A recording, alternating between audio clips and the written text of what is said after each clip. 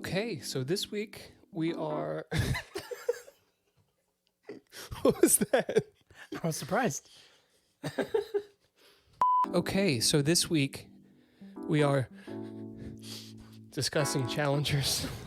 I don't know, my eyes were wide, so it made me feel scared. Here we go. Okay, here we go. All right, so this week we are discussing Challengers. This is a film about tennis, about playing tennis, about relationships, about cold, hard technique versus hot, passionate play. I'm talking about tennis. I know. I legitimately am talking about. I'm not talking about sex. This film is also about sex, and how our relationships can shape our careers. I'm excited to talk about this. I was pleasantly surprised, personally, in the theater. I'm ready. Yes, we have a lot to discuss. A film that explores many things, including sex and tennis. You know that song, Sex and Candy? I smell sex and Tennis Yeah, there you go. here. Perfect. Yeah, but we have a question to ask and then to answer. And that question is, but is Challengers good? We're going to find out today. We're going to find out today. We're going to find out today.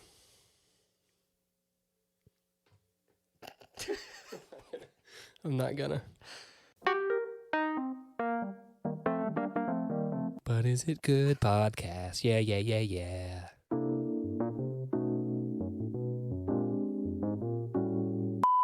But what if I did? What would you do? I would have probably let you. I'm not sure what that says about me though. Yeah.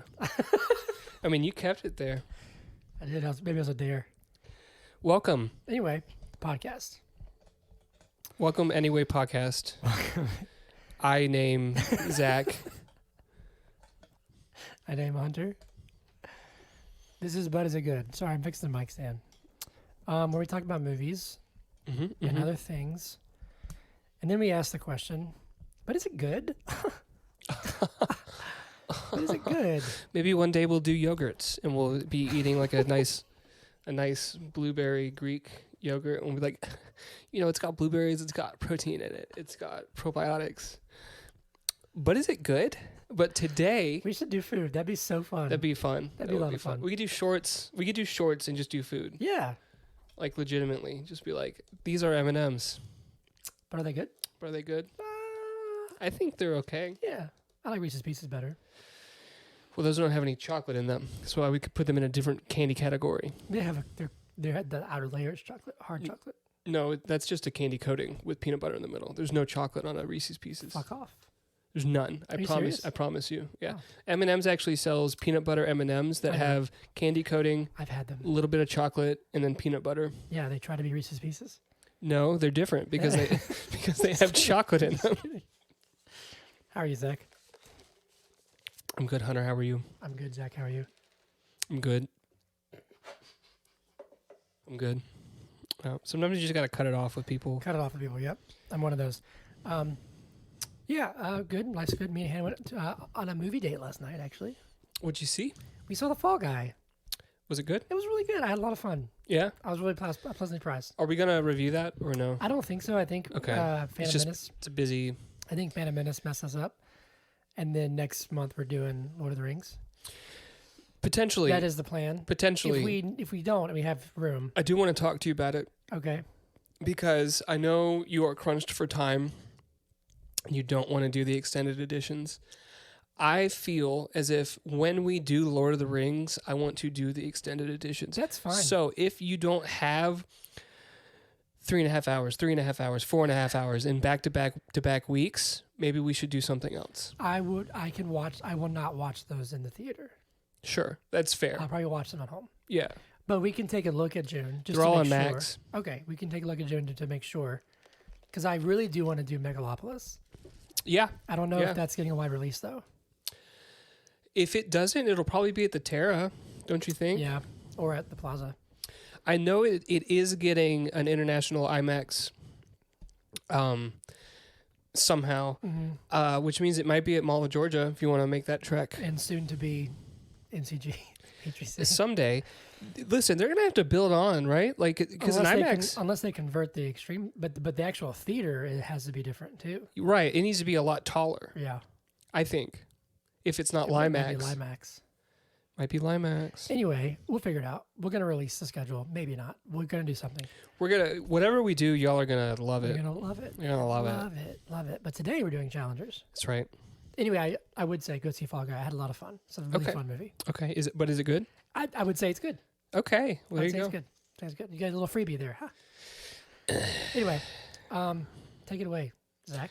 So this week we are reviewing Challengers, and the way we like to start episodes such as these, where we review movies, which is what we do on this podcast, all of them, every single one, except for maybe in the beginning. I don't remember if we did this for like Superman. Maybe we did. I know we were playing with format for the first first 10 or 15, maybe even 20, or we did news and stuff first. Right. And then we did. So it's like 40 minutes, and then we start the movie. Right. And people were getting frustrated. It's like giving people... And we listen to our audience. That's right. So if you email us at biigpodcast@gmail.com or but is it good podcast at gmail.com, yep, we will respond to you. We've responded to everybody that's emailed us. Over 6,000 emails thus far. I don't think that's true, but... So let's start with our spoiler-free reviews of this film, Challengers. Mm-hmm. Me first? Hunter, would you like to go first? Yes, we saw this together, which was nice, very fun. Hannah wouldn't come with us. Hannah would not. No, she was actually working. I was pleasantly surprised. I think you mentioned that earlier. I was. It wasn't what I. Can I say something just real quick? I'm sorry. I don't mean to interrupt. Please. But maybe like 2 months ago, a few months ago, when a preview came out for this, I sent it to you, and you said, "I don't know if I want to do that." Yeah, I thought the preview looked lame. Okay. If I'm honest. So I just want to preface because, anyways, continue. I remember seeing that trailer, and then I saw the trailer in theaters, and I was like, I don't really care. You're not feeling it. I wasn't. Yeah. I was like, whatever. Didn't really catch my eye. But then we were talking about what to do this week, and it was like a tie between like the Fall Guy and this and like the Ungentlemanly Warfare or whatever, which is good too. And we both were just like, at least on my feed, I don't know, but I mean, you're on Twitter, Challengers X, is all over but like social media. Everyone's talking about Challengers. We were like, hell, let's just do it, I guess. And I was pleasantly surprised. It wasn't what I expected. In the same vein of like Love Lies Bleeding, I didn't really know where it was going to go. Okay. And I really appreciate, this is different than Love Lies Bleeding, obviously, but in Challengers, I really appreciated the way the narrative was told. I'm a sucker for nonlinear storytelling, personally. Yeah, okay. So I appreciated that, and it set it up in a way that like kind of left you blind at first. Like I appreciated that. Well, I'm not going to say anything because that's spoilers, but it didn't like lay a foundation and then go, oh, look, here's this. It like showed you what was happening, and then it was like, well, actually. So I appreciated that. I thought the performances were great. I thought the direction was really interesting. I think the tennis is good. The chemistry is really good between all of them. There's some really interesting shots and stylistic choices that I think made the tennis interesting. One part almost made me sick, but I think it still worked. It almost made me sick too. I think it was still effective. It was like, whoa, this is interesting. So I really enjoyed it. I loved the soundtrack. Yeah, me too. Loved the soundtrack. I thought everyone was kind of on their A game. I don't know how it's doing at the box office, so I don't know if it's like a smash. But it's definitely got a lot of buzz. It may not be a grand slam per se, but so it's made $55 million on a $78.7 million budget. So not great right now. But I don't know. Well, I mean, how does any movie do good nowadays? You know what I mean? Unless it's not a tentpole. Right. Anyway, I enjoyed it a lot. Yeah. How about you, Zach? I have to agree with everything that you said. In terms of the nonlinear storytelling, I thought it was fascinating how we start in a place that just seems like an innocuous event going on. Yes. And then we get all this backstory there that took us to a place where at the end we're in the same spot that we were at the beginning, but it's loaded with meaning, and huge. it's I thought that was awesome. I think that all three of the main characters have like a full progressive story arc. It didn't feel like any of them got forgotten in any way. Yeah, I agree with that. I think that all three of them did a great job. Yeah, no, I yes. In addition to everything you said, the soundtrack, I was bumping. Oh, we went bumping, baby. We went bumping to the soundtrack in my car. Oh, really? The other day. Yeah, it was really good. Give me Drive vibes. For sure. Absolutely. I really liked it. No, it's great. The interesting camera angles. The one that you're talking about, it almost made me sick too. Mm-hmm. Also, I think a tennis ball spins way faster than that. Yeah. But it was a cool way to tell the story. Yeah. 2 thumbs up in the spoiler free section. Wait, is that gonna be added to our tier ranking, or should we leave No. it? Okay. No, okay, it's cool. not. Do you remember? Do you have it written down? I have it written down. I Okay. saved it. Okay. Because All I right. would have forgotten it. Cool. So, Zach, it's your turn to do movie in a minute. Yes, it is. Movie in a I don't know how I'm minute. going to approach it. Movie in a minute. Movie in a minute. Yeah, movie in a minute. Movie in a minute. Talking about movie in a minute. Talking about a movie in just 60 seconds. 60 seconds. Movie in a minute. Yep. You see these bruises on my arms? Yeah. What happened? You playing paintball? No. I don't know. It's just that like, looks like you hit with like a paintball. well, I didn't. I'm in the same spot on both arms. You never know. It could be when I was moving like a box corner. You know what I mean? Do you bruise easily? I bruise so easily. Yeah. Also, the Lexapro makes you bleed more. Did you know that? I didn't know that. It does something. I don't know why, but it like you don't really want to take it with other painkillers because those can also like thin your blood and make it hard. I do know that you're supposed to not drink alcohol. Yeah, well, I think I did, but I only drank a little bit. Right. I think I'm at a place where I'm like, besides this, which when we finish this, I don't know what we're going to do. Besides this, chaos. And like, unless I'm like trying to be like, I'm going to get a buzz, I don't want to drink. Yeah. A lot of times after work, my dad's like, you want a beer? And I'm like, no. I'm okay. Because like if I drink a beer, I feel bloated. Yeah, and same. If I drink just one drink, then I get like sleepy. Yeah. But if I'm like, hey, I'm gonna have 2 at least, get a little buzz. That's fine. Like if we went to Athens and did happy hour and then went out until like 3 p.m. at Boar's Head, Well, if we were with Trey, then we'd hit all the bars. No, we would go to like, what was that one? The 90s bar. Yeah. There was like one bar, and then we'd go to Boar's Head for 4 hours. Well, we would go to, wouldn't we stop by church for a little bit? We would go to church. Well, that came later, I think. I think that was later on. But like, sure. So last time was church for like 3 hours. Yeah. Trey's usual go-to is like maybe hit up church for a minute, and then you're at Is there one called Sky Bar? Sky Bar, yeah, Sky Bars in Athens. Yeah. Me and Hannah were on Edgewood. Okay. Edgewood Avenue yesterday. Had a fantastic meal. Where'd you go? A place called Staple House. Okay. But I saw the OG church right there on Edgewood Avenue. Yeah. Anyway, wait a minute.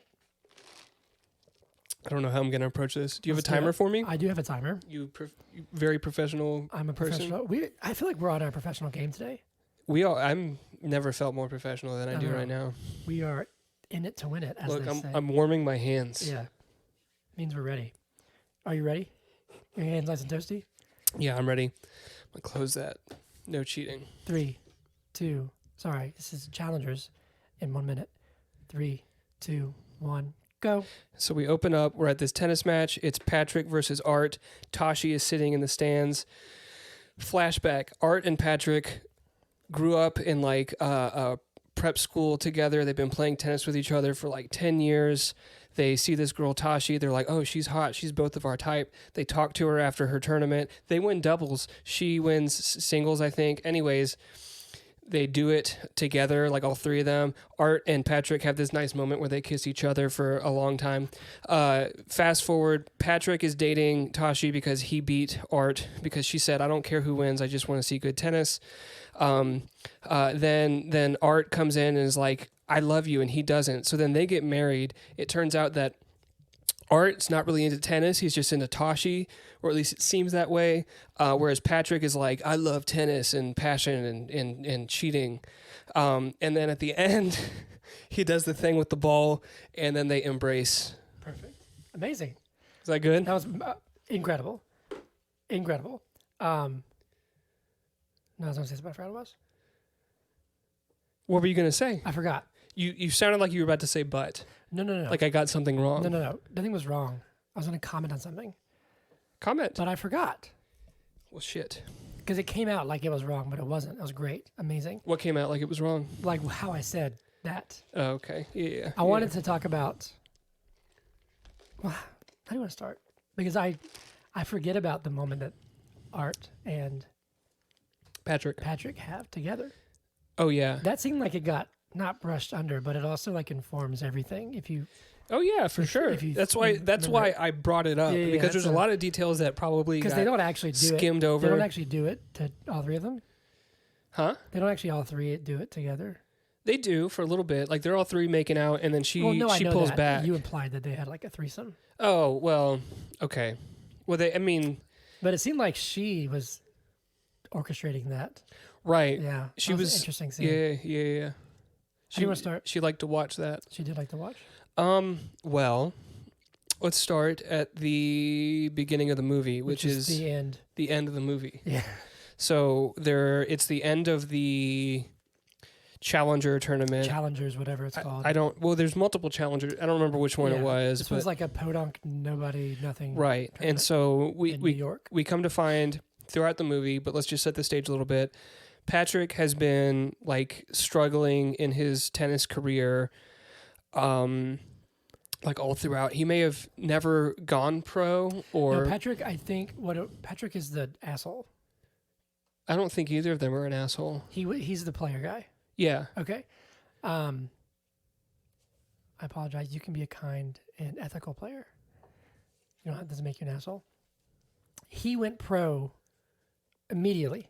Right. Like right out of he didn't go to college. But he hasn't won any majors, and he's been back and forth between pro and like down in the level below pro. And he never could get, even because it's implied later when they're dating, and he comes off of a tour to visit. It's implied that he's like kind of in over his head, maybe talent level wise. Like he jumped the gun because when they have that conversation with Tashi, he's like, why don't you go pro? Like, you can make so much money, whatever. And she's like, I'm not in a rush. I want to get better. Mm-hmm. And so that kind of shows their differences, I guess, and he jumps the gun. Whereas Art has multiple majors. He's won everything except for the U.S. Open. And he does play through college. He goes to Stanford to win Tashi. Correct. Yes. And not only that, but because Tashi and Art have a long-term relationship, they get married and have a daughter. She's also his coach. Yes, because his fucks up her knee. Competitive fire, because he doesn't have much competitive fire. Even at the beginning, like chronologically at the beginning, when we see them at the Junior Open or whatever it is, when they're doing doubles and they win, he's like, I just played tennis because, my mom wanted me to, or whatever he says. You know what I mean? Like Art it's not life for him like it is for Tashi. I think he loves tennis. I think he likes tennis. Okay. I think he's good at tennis. Let's say that. Yeah, fair. I don't think okay. I'm trying to think because I'm thinking about my experience with baseball. Mm-hmm. Like I love baseball, but as I got older, I didn't love playing it as much. But I continued to because I was like, I have to do something. Okay. But when it became like, there comes a point when it's like, I'm not sure what I'm trying to say, but it's like, I think you said it earlier in Movie Minute, and it was really accurate. He likes tennis, enjoys the sport, likes playing, is good at it, but he's doing it for Tashi. Correct. Yeah. Yeah.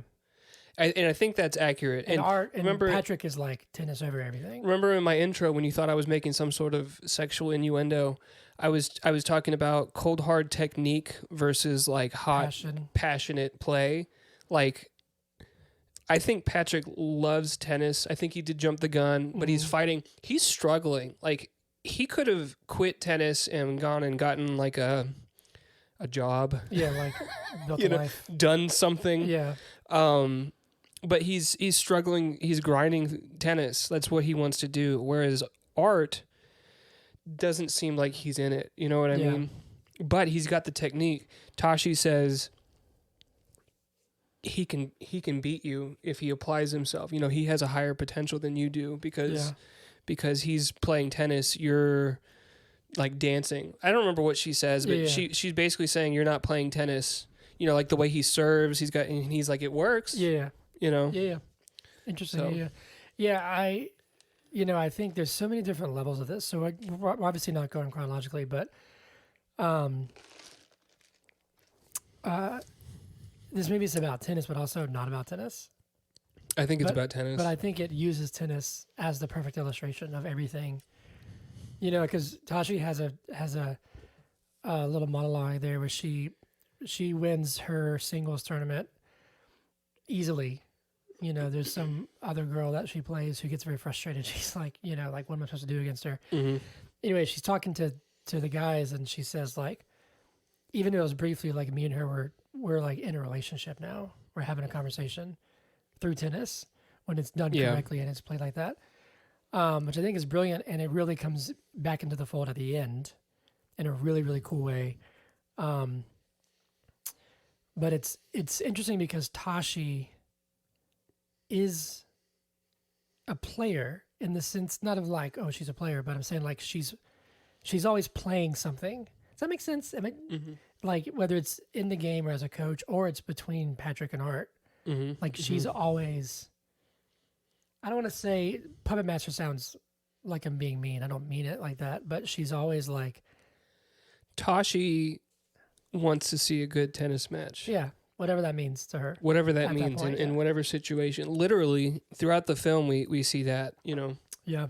Where when she's playing them against each other and this, like, interplay between them, like, pining over her or whatever, it's kind of like a tennis match, back and forth and back and forth. Well, it's interesting because it's almost like... They look cool. Yeah. Sick. Perfect.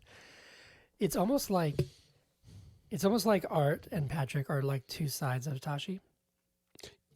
Yes. You know what I mean? Where it's like, because I feel like she wants so badly to, like, I don't want to say not need tennis, but like, you know, she's got a family and she's got a daughter. I don't think she wants to not need tennis. I think tennis is her. No, I understand that, but it's like, is she willing? Because she jeopardizes her family. Her standing with her family, not like her family's safety, but her standing with her family more than once. Sure. And in the pursuit of the passionate play, if you will. Yeah. And it's like that there has to be a balance because one will destroy the other. Well, I'm just saying, like, or you're going to have all of one or all of the other. It's hard to have both. And it is. It's true. It's hard to have both. Because, like, you look at Patrick, who has all the passionate play, but, like, did it turn out the way that he wanted it to? Probably not. Right. And then you have Art, who is just, like, you know, he's doing it for Tashi. And I think Patrick even says, like, tells Tashi that he knows that she hates him. You know what I mean? So there's resentment on that. I don't know. I just think it's interesting to see her kind of balance that, because there's a point later where, like, she goes and, like, hooks up with Patrick and then comes back and, like, sees Art in bed with their daughter, like, sleeping. And it's just like, I bet she felt like shit. Well, sure. You know what I mean? So it's like, what is that juggle? And can she have that passionate play with Art? But, okay, so let's add some context to this, because while, yes, from the relationship standpoint, yes, this is a movie about tennis. It really is. Yes. And tennis is the main driving force. So that night in particular, her husband, Art, who we can, as a viewer, tell is not into it anymore. That's when he says that he wants to retire, right? Well, he says, just tell me that you'll still love me if I lose. Mm-hmm. And she says, like, you're not going to lose. And then he does the thing where he's like, can you just hold me until I fall asleep? And she's like, okay. You know what I mean? And then right after that, she goes and calls the man who hours earlier said, listen, your husband's not into it. Coach me. Yeah. What would be better, getting him to win the U.S. Open or coaching me who's never won one to win one? Yeah. You know what I mean? I have the passion. I just need the coaching. And she gives him a call. She kept the number and she gave him a call. And yes, she does jeopardize her standing with her family. This is true. Yeah. But I think, I really think that it's a unique situation in that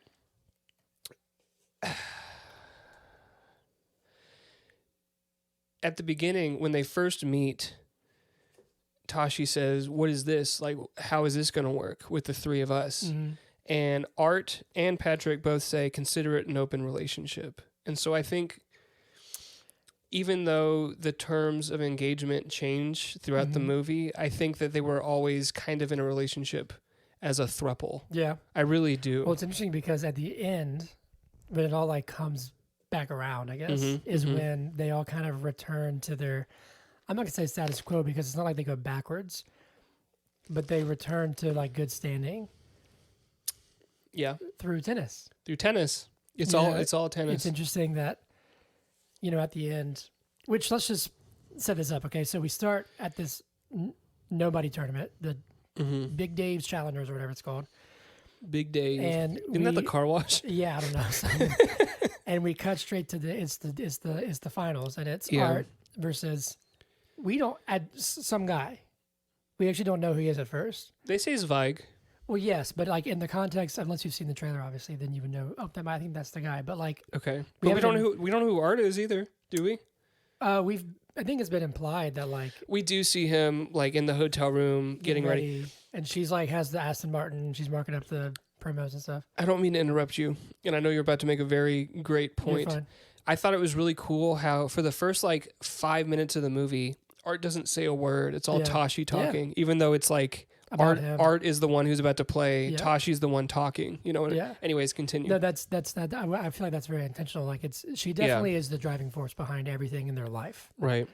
And the driving force behind her flip this back around is tennis. So we don't even really know who Zweig is, but they're playing, and I kept looking at this like throughout the film, and I was like, is he wearing just like khaki like plaid shorts? He was, yeah. I mean, yeah. but we find out later because he's sleeping in a car, like he can't afford a hotel room. So we see that's the first thing we see, and then throughout the film we get all the backstory. That at the end we're in the same match. I think it's fascinating that they took 2.5 hours to play out one match. But now we come back with the context of everything, and Kashi's in the middle. Again, not an accident that she's in the middle of both of them. Right. But now it's loaded with all the context of their history, and we learn that they are estranged. Patrick and Art are estranged, haven't talked in years. Except for in the sweat room, sauna, which was the day before the match, right? Yeah. And you called Patrick the asshole, but Art was mean to him in that sweat room. That the roles had kind of shifted, which was interesting because like at first I kind of thought that was Patrick like nudging him to like try and get, because he'd even said like there was one point when they were at Stanford where like Patrick's like talking to Art. Art's like, you know, I just don't know if you're good for her, and like he's saying like Patrick essentially sees like you're in love with her. And like instead of being like, what the hell, bro, he's like, no, I love to see you like this. I'm going to get wrought up about something. So he like kind of edges that on. But then at the end of that sauna conversation, it does seem like Patrick is like hurt by what he says. Sure. Yeah. I think that mixed with the conversation he has with Tashi that night where she says, I need you to throw and like let him win, gives him the competitive edge to get it to a tiebreak. Because it's no question that Art is the more talented tennis player, right? Mm. That Art should beat Patrick, even though earlier in the career Patrick bested him. Anyways, you were making a point. No, I'm just saying. I think it's amazing that we see them come back to themselves after like he does the ball thing. That's the signal of like they slept together. Mm-hmm. That was the thing, by the way, that I kept seeing on social media, and I was like, I don't know what this means. But everyone's like, oh my God, he did the thing, Yeah, which I think was effective, but I also saw coming a mile away. Okay. Which I don't think it was supposed to be like a shocker. I think it sets it up in a way that I feel like you're like, oh, he's going to do that thing again and like throw him off. But it has an interesting effect on Art. Yeah. Like he throws a point and just sort of stands there. But then in a weird way, like they all three, like, I don't know how to explain it, but they kind of break through all the noise again, and they have a great rally. And then it doesn't show who wins, but they like embrace. And then Tashi screams again for the first time since she won her singles match. Is that when we first see it? Yeah, I think that's right. Because she finally saw good tennis. Good tennis. Yeah. I don't. So, just based on the rules I know of tennis. Mm-hmm. First of all, that wasn't the final rally of the match because, a tiebreak takes some time to win. Mm-hmm. It's like on a you got to win by 2, and then it's like you go to like 6 or 8 or I don't know the specifics. Anyways, Art clearly hits the net with his legs because he tries to jump over it. So he most likely lost that point. Yeah, I'll say that. But I don't think I think all 3 of them won. Yeah. Because she saw good tennis. Art proved that he has the competitive fire to compete at the U.S. Open. Because at the end of that match, that was a great rally. He was playing good tennis. And he did say, even though when he said he wants to retire, he said, I'm going to try one more time. But then after this year, I'm done. And Patrick has like inched his way back into the relationship with them. Yeah. He got his hug. Yeah. Tashi's cheering for him, or cheering for them, I guess. I think they all won. I was reading a thing about kind of that and like the screenwriter and the director, and they kind of all said like, we don't know who wins. It's not the point. But I read something that the screenwriter said, and I want to see what you think about it. I think it's an interesting perspective on movies. And he said, this particular guy, he said when he's writing a film, he wants to start the movie as late as possible and end it as early as possible. Which in this instance, technically speaking, they started and ended within the same like 2 hours in real time. Well, we see everything, obviously. But I hear what they're saying because they started as late, like we're in the final sequence is when the movie starts. Yeah. And then they end it before we have a conclusion, so it's ending kind of early. Yeah. Right? Yeah. I think it's effective though. It made me think of when I saw Civil War with my friend George, and he was really bothered by like the ending. No, not having pre-context. Oh, yeah. And I was like, you don't need it. And I think that's effective. I think it's, some people might not like that, but like I enjoyed like start it where we're thrown into it, Anyway, I have a question for you. Okay. And this has more than one sort of meaning, so answer however you want to. To me, it was implying that Patrick and Art were in love. Sure. Do you feel like they were in love? Not like I have love for you, but like, do you feel like they were in love with each other and like maybe never recognized it or like owned it? Let's look at 2 pieces of evidence. Please, let's do it. 3 pieces of evidence. Because I think there is evidence to support that. The first piece of evidence is that at least one of I don't remember who taught who. Patrick taught Art. Patrick taught Art how to masturbate, that is and true. They would masturbate together in their like dorm room. Well, Art implied that happened one time, but okay, but still, yeah. But the smile told a different story. Yep. The second piece of evidence I would like to point out is the fact that they had to have known that they were making out with each other. Yeah. Yeah. Yeah. People taste different. So like, I'm just People kiss differently too. Sure, right. Uh-huh. There's different stylistic. Yeah. So they made out for a considerable amount of time, I would say. And then at the end, the embrace was really telling for me. You know, I don't know. I think there's evidence to support Well, it's it. interesting too. One thing that I thought was fascinating. Well, one, and I'm sure this was just to like feed into it, but like they get very close to each other a lot. Mm-hmm. Even when they first win doubles, the way that they hug Yeah. and like roll on the floor, and just the way that like they talk, like the way that the little like when they're eating churros, like it's like they do couple things. They share everything. You know what I mean? Even Tashi, to a certain extent. But I think one of the telling things is like, to me at least, the way that it was interpreted is when Tashi goes and sleeps with Patrick in Atlanta, or no, not even that, because they don't sleep together. That's like the night before the place in New York. Hold up. In Atlanta, I thought they just made out. Tashi and Patrick, I think they did it. Okay. Either way, more accurately, I think the one before, the Challengers tournament. It seems to me that Patrick is doing that with Tashi to like get to Art. It's possible. And the way Art reacts when Patrick does the thing isn't. Did you see the smile on Patrick's face when he's like, yeah, isn't to me like the devastation of betrayal from the woman that he loves. You know what I mean? It's almost like well, I think it is that for Art. I think all three of them can love multiple people. Yeah. Okay. I think he's hurt. Sure. But I wouldn't like give that embrace to somebody. You know what I mean? Like immediately after learning that. Mm-hmm. But I think it's also like, I don't know. I thought it was interesting. Like it's almost like it just got him to notice Patrick again. You know what I mean? Does that make sense?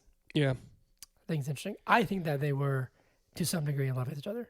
For sure. Because it seemed like early on in that first meeting in the hotel room, when Tasha got them to make out with each other, that because she was just like, I mean, she asked her and she's like, what about y'all two? Like, I feel like she could see it immediately. Mm-hmm. But interesting. Just want to ask you. Yeah. Yeah. It's a good, yes. What do you want to talk about now? Oh, well, the ending sequence. Mm-hmm. Like the final. Well, not the final rally, but so Tashi asks Patrick to throw the match. You have to lose. And Patrick is playing very competitively to the point where he's in the lead at the end, right? And then do you believe that he was double faulting on purpose to throw the match? Yeah, I forgot about that. Oh, because he's double faulting over and over again. But then it's like he sees that the fire's not there for Art yet. Do you think he did that, the ball in the racket, to say like, fuck you, I slept with your girl? Or do you think it was to like ignite something within him? Yeah, I think it's second. And then, I agree with you. And then Art wanted the match to be tight again. So he just let balls fly by him until they were tight again. And they were in the tie break. Did you notice that? Yeah. So it was almost like, let's get on an even playing field here. Oh, I like that. Yeah, you see what I'm saying? Yeah. No, I definitely think, and that, like, again, that kind of goes back to what I'm saying about, like, are they in love with each other? Because I don't think he did the little gesture to, like, be like, fuck you, I win. Right. You know, like, I got you. I think he was saying, come on. Like, come on. Like, again, I don't think he was doing that because he particularly wants Tashi to himself or, like, wants to beat Art. I think he is trying to get to Art. Mm-hmm. You know? I didn't think about that being, like, Art evening things up again. I like that a lot. I like that narration a lot.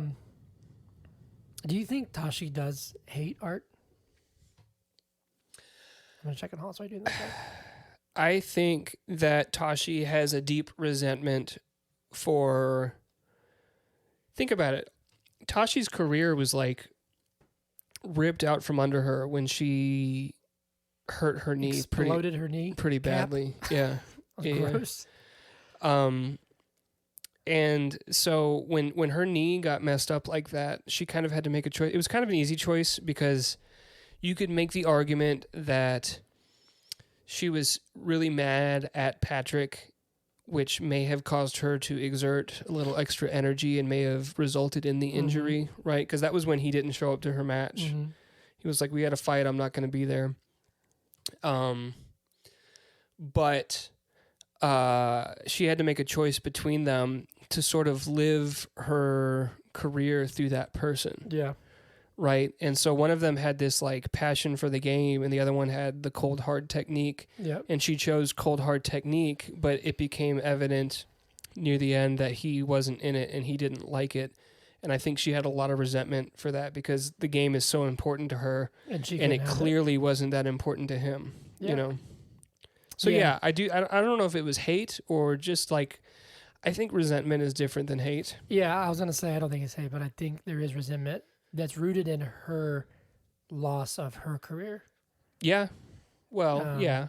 But also, sorry, I don't mean to interrupt, but I think if she had a career, she would still want that fire out of whoever she's with. Yeah. You know what I mean? Think about when they're in the cafeteria and Art's like, he doesn't love you. And he has his cute little line where he's like, who wouldn't be? She's like, do you love me? And he's like, who wouldn't be? And he says it like 3 times. Yeah. It's a good line. She says, what makes you think I'm looking for love in a relationship? Or, you know, I think she just wants good tennis. Yeah. I really do. I think that's like, simple. I think that's like the most important thing for her, you know, because it's such a big deal in her life is tennis. Yeah. It's kind of sad though, because I feel like she has so much, and she still just wants good tennis. I mean, it's simple, I guess. When you're passionate about something, you know. Yeah, I think this to me is also about like a cautionary tale of like, what does that cost? Well, they're millionaires. Well, no, I know. They have a beautiful daughter. Whom she could very well have lost. Sure. I'm sure she would be able to like be in her life, but I'm saying like. Well, she still can because now it's out that Patrick and Tashi had relations again, right? Yeah. So and it seems like that fixed things somehow. Right, but I mean, we don't know, but true. I'm just saying though, like I think that's an interesting perspective of it to be like, because look at Patrick too. It was all like, what did it get him? He's just playing the game, man. He's grinding it out. I understand, but there's even a line where like Tashi even says like it's not cute to be like you're not a kid just sleeping in your car. It's not cool. Like you need to do something and grow up. I definitely got the impression that, and maybe at the very end it's starting to change, but like I got the impression of like Patrick hadn't grown up. Okay, that's fair. You could make the argument that Art grew up by playing out a whole career in something he wasn't passionate about. Yeah, that's not it. I'm not saying that's any better. And you could say that Patrick never grew up because he kept doing something that he was passionate about. But now I feel like an asshole. This is why I see both of them, like all 3 of them. There was a point in the movie where I hated each of them at a different point, and then by the end, I didn't anymore. Yep. That's why I said I feel like they all had a full arc. I agree with that. Because Tashi has her moments where you're like, you suck. But think about like, wasn't it Picasso that was like, he spent all this time learning to paint, and then he spent the rest of his career trying to like recapture the imagination of a child in his painting. You know what I mean? Like, so Patrick still has that. You can say grow up, or you can say hold on to that. Hold on to that fire. I think what's interesting is that it's funny because now it's in like a different light. To me, this movie is almost like about balance. Sure. You know, even in like visually, like at the end when you have both of them and Tashi's in the middle. And Tashi is kind of best positioned because she grows up with her passion. So like it's all about tennis. Yeah. Yep. That's what she wants. Yeah. And she makes a career out of it as a coach. It's just the student slash husband isn't as into it as she is. Yeah. So obviously that creates some resentment, Mhm. you know, blah, blah, blah, blah, blah. Tension. You know, it's funny. I saw a thing on the internet. It was like a review-esque thing of this, and it was like, because this movie's in some ways it's marketed as like tennis, whatever, but then it's marketed as like some erotic, sexy movie, and there's not really much sex in this movie, if any. There's not any actually. I don't That think. one scene though, Which one scene? where they're all making out. I mean, that was kind of erotic. That's very intense. But there's not actually any sort of sex scenes. But somebody commented on something and said, actually, the best sex scene in the whole movie was the last tennis match. Sure. And I was like, after seeing it, I was like, that's accurate. Yeah. That is totally accurate. It's all about tennis. It's all about because that's all the passion, all of the fire. Mm-hmm. Mm-hmm. I think it's a really cool. Yeah, I was very surprised with this movie. We kind of I mean, there's a lot we didn't talk about, but I mean, we covered all the big stuff. What else do you want to talk about? Anything? There's a philosopher, I think it might be Foucault, who said that all life is about power and all power is about sex. I think you could say all life is about tennis and all tennis is about sex. Yeah. Yeah. I'm gonna quote that somewhere, but I'm gonna use tennis. Yeah. But like in a non-tennis scenario. We should play tennis together. Do you remember when we used to go out to Shamrock? Yeah, and play basketball. Play basketball. Those were good days. Yep. I remember one time I rolled my ankle like in slow motion. Yeah.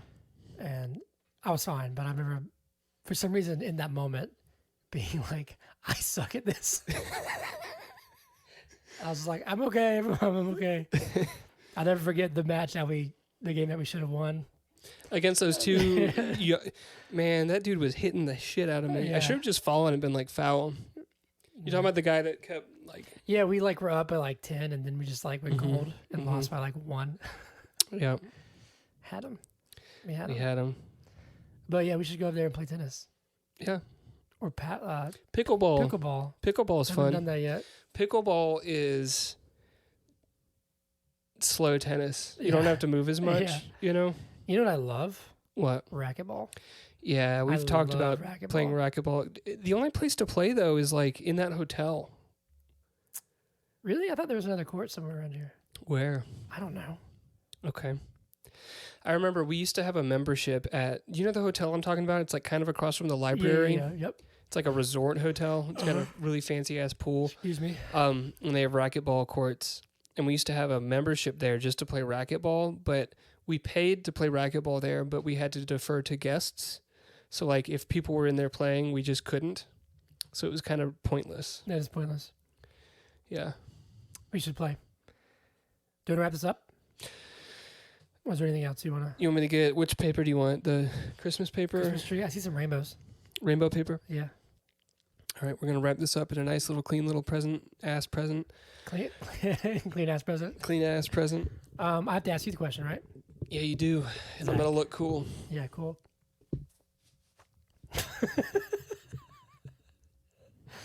Zach.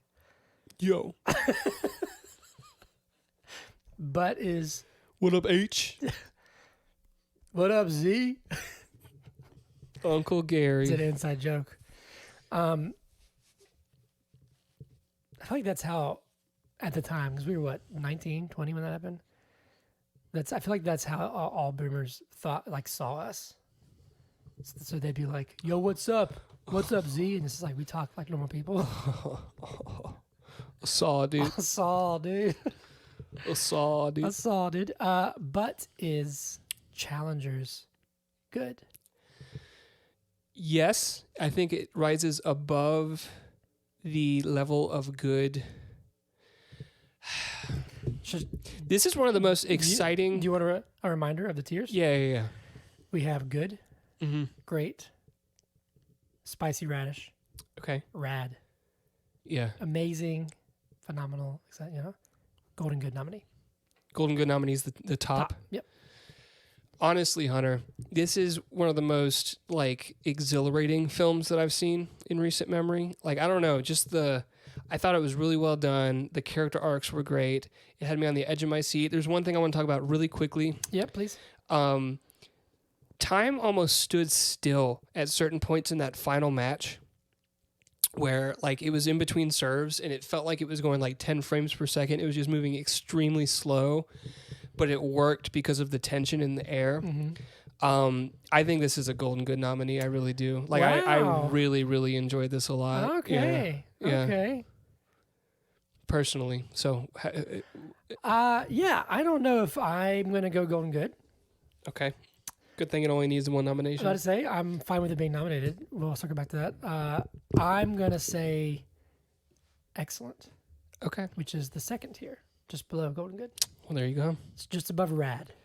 There you This go. caught me by surprise for sure. Go see Challengers. It's really good. It is really good. But let's talk about some people who probably hated it. Okay. Every movie sucks. Every movie sucks. This is Every Movie Sucks, where somebody hates the movie you love. Here we go. Ready? Half star. You all are reading too much into this movie. It's just bad. A bunch of bizarre angles and scenes combined with music that makes no sense at all. This is not genius nor intellectual, but they spelled intellectual wrong. So joke's on them. Ooh, that's rough. I can't lie, I did not enjoy this. 13 years earlier, art is so fine, though. Oh, well, at least you got something out of it. They both look like mice. Did we talk about that? We didn't talk about that. They do kind of both look like mice. But halfway like the through, guy from the Dodgers.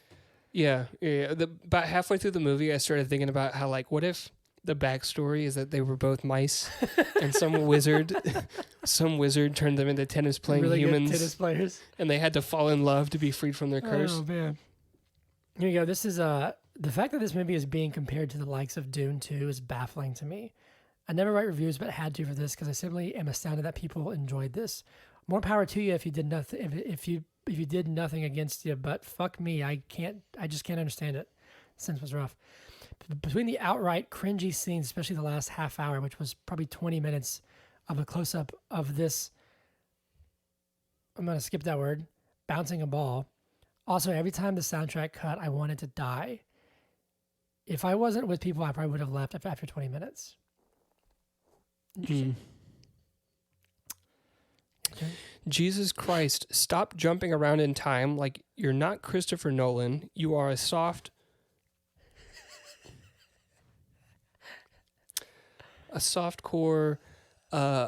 certain type of video for the girls. Know your role. Oh my goodness. That's Yeah. brutal. Last one. Here we go. Trash. Score was insane. The score was so good. I love this score. Yeah. Score was insane. Lighting was horrific, and dialogue was overwrought. You mean like it was like overwritten? I guess. I don't know. Overwrought. I've heard that before at best. What the fuck did I just watch? If I could give this 0 stars, I would. Zendaya's presence earns the only accolades I will bestow upon this trash, garbage mockery of cinema. Overwrought. Too elaborate or complicated in design or construction. Could also be in a state of nervous excitement or anxiety. Okay, well, I'll give you that. You used that word correctly. Half star Zendaya and her little mice men. It's not just me. Perfect. Cool. All right. Well, it's time to do what's next? News? Shindigs. News. That was Challenge, everybody. Thanks for listening. Here's the Shindigs. We do news and whiskey and Braves. Here we go. Ready? Mm-hmm. Phoebe Waller-Bridge, who is from what was the show she did? Was it? No, she was in Indiana Jones, but she had a show. Fleabag. She's in Fleabag. Okay. It's like creative Fleabag. Will write and executive produce a live-action Tomb Raider series for Amazon Prime. Dune Prophecy has released a teaser trailer. I didn't watch it, but it's out. First look at Pedro Pascal, and I forgot their name. Hold on, guys. Bella Ramsey from Last of Us Season 2. Mm-hmm, mm-hmm. A John Wick spinoff focusing on Kane is in the works. Marvel officially has 3 divisions now: Marvel Studios, Marvel Animation, and Marvel Television. So they took a book, a play out of DC's playbook there. Keanu Reeves, Kirsten Dunst, and Daniel Bruhl have joined the cast of Ruben Östlund's The Entertainment System is Down. Adam Sandler's Happy Gilmore 2 is confirmed at Netflix. Oscar Isaac is set to voice Jesus Christ in an animated film called King of Kings that has the cast that includes Forrest Whitaker, Uma Thurman, Kenneth Branagh, and Roman Griffin Davis. I saw a little meme on Twitter. That was him in the last Star Wars movie. Mm-hmm. It said, "Somehow I have returned," and it had like a crown of thorns. That's funny. Formula One, starring Brad Pitt, is going to have a $300 million budget, which is wild. Never even heard of it. Kinds of Kindness has debuted at 95%, and I'm hype. Speaking of Yorgos Lanthimos, Emma Stone and Jesse Plemons are going to star in his next film called Bugonia, which is slated for next year's release. You know what it's about? What's it about? It's about two delusional men who kidnap a CEO. I'm assuming that will be Emma Stone, thinking that she's an alien who's come to Earth to conquer. Amazing. That sounds incredible. I'm really excited for Kinds of Kindness, and I know nothing about it, and I'm going to keep it that way, except for that one review that you sent me. I'm going to keep it that way because we're going to see you next month. And the big one in the movie industry right now is that Megalopolis has made a debut. I don't know what it debuted. I think it debuted lower, but last time I checked, it was at 47%. What's that right now? 53, so it's climbed up a little bit. It's rotten on the score, but it received apparently a 10-minute standing ovation. And people are just talking about how absolutely bonkers it is. So I want to see this movie somehow. And that's the news of the week. Oh, and Superman is going to be in IMAX. I just saw that. Cool. News of the week. There you go. Zach. There you go. Let's talk about the Braves for a second. The Braves. Oh, man. The Braves are fine, Hunter. Let me talk you. This is the weekly Talk Hunter Off the Cliff segment. So we didn't play last night. We've lost 2 in a row. These things happen. We've played considerably more competition than the Phillies at this point. This is true. But I do want to say that we shan't make excuses on this podcast. You have to play the teams that are in front of you. Yes. Right? The teams that are on your schedule. The Phillies have done that to this point in the season better than the Braves have. We lost a game to the White Sox, who have less than 10 wins. No, they had 12. Okay, 12. Okay. For a while, they were 2-19 or something crazy. Yeah, something stupid. No, that was the Marlins. Whatever, Hunter. But yes. Matt Olson is finding his stroke a little bit. Finally. Yeah. He's probably averaged up 30 points. Here's something that, we may not have superstar Ronnie this year, just because I was looking at stats, for instance, Ronald Acuna's strikeout percentage throughout his career, and it's been hovering around 25%. And then last year was this huge outlier where his 11%, and now he's back to his normal throughout the rest. Okay.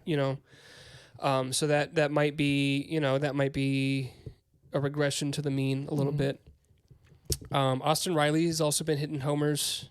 Yeah, but he's been hurt for a week. Yes, but he's going to be back. He's day-to-day. He's not on the 15-day IL or anything like that. You know what I mean? Yeah. Zach Short, who has been filling in for him, has been playing very well. Yeah. I don't know. I don't think it's time to hit the panic button on the Braves. I really don't. So, there's the Braves minute. Zach, that's very, very brave of you. It's the bravest thing I've done all week. Whiskey shots. This is the last of our whiskey. This is the last of the whiskey. We'll get some more at some Whiskey's gone, but we're not leaving. Is that a real song?